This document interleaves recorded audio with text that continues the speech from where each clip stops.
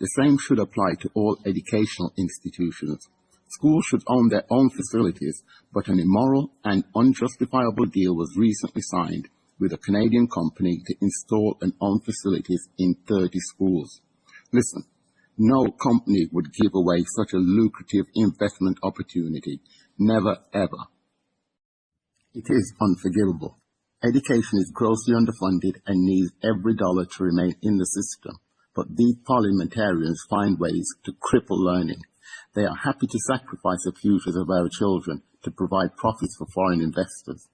The Development Bank of Jamaica has loaned foreign call center investors around 114 million US, so it could do the same for schools and individuals. It is a permanent solution and much better than the unsustainable short-term plan of giving away taxpayers' money to JPS.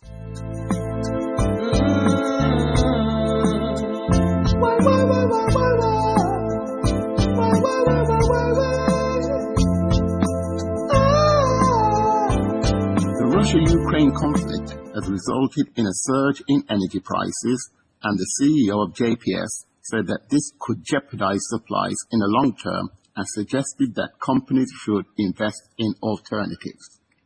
President and CEO of the Jamaica Public Service, JPS, Mr. Michel Gantois, says larger economies could outbid Jamaica for supplies. CEO also says commercial and industrial customers should consider investing in projects and assets that use less energy. I agree. JPS bills push up the price of goods and have almost killed manufacturing. But what about residential customers? They also need to take this excellent advice. Philip Polway came off the grid in 2012 and recently said solar pays for itself in only 3 years. Because the sun is free. Yes. So yes, you have to buy the equipment, you have to buy the panels, buy the inverter. But in 3 years, you pay back for that. He was Energy Minister in 2012, so why didn't he recommend the same for the rest of Jamaica? So let's use numbers. If your bills are 20 grand per month, the annual bill will therefore be around 250 grand. So a 750 grand system is needed. At contingencies, we'll say 1 million. A 20% loan repaid over 10 years has annual repayments of 120 grand. Now, JPS bills increase by at least 5% each year. So in year one, the savings would be around 130 grand. Year two, around 142 grand, as shown in the graph. It is really a no-brainer.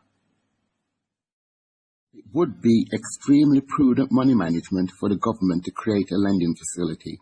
The return on investment is an incredible 3 years, so there's absolutely no excuse for Nigel Clark not to find the money. None. The same should apply to all educational institutions. Schools should own their own facilities, but an immoral and unjustifiable deal was recently signed with a Canadian company to install and own facilities in 30 schools. Listen, no company would give away such a lucrative investment opportunity. Never, ever. It is unforgivable. Education is grossly underfunded and needs every dollar to remain in the system, but these parliamentarians find ways to cripple learning. They are happy to sacrifice the futures of our children to provide profits for foreign investors. The Development Bank of Jamaica has loaned foreign call center investors around 114 million US, so it could do the same for schools and individuals. It is a permanent solution and much better than the unsustainable short-term plan of giving away taxpayers' money to JPS. The government wasted $60 million to find the Canadian investor. 40 million of that went to another foreign company, Castalia. That money could have taken numerous primary schools off the grid. Yet more proof of the terrible mismanagement of the people's money. In January, I submitted a request to MOCA to urgently investigate this criminality. Details are in the links in the description. Something must be done to get change. So let's unite to devise a plan of action. Let me know what you think. Xaymaca, unity, them for no straight love we need in the community. It's time for us to unite, my brothers, my sisters. Let's join hands together. It's the only way to rise above inequality. One nation, freedom, my people, freedom.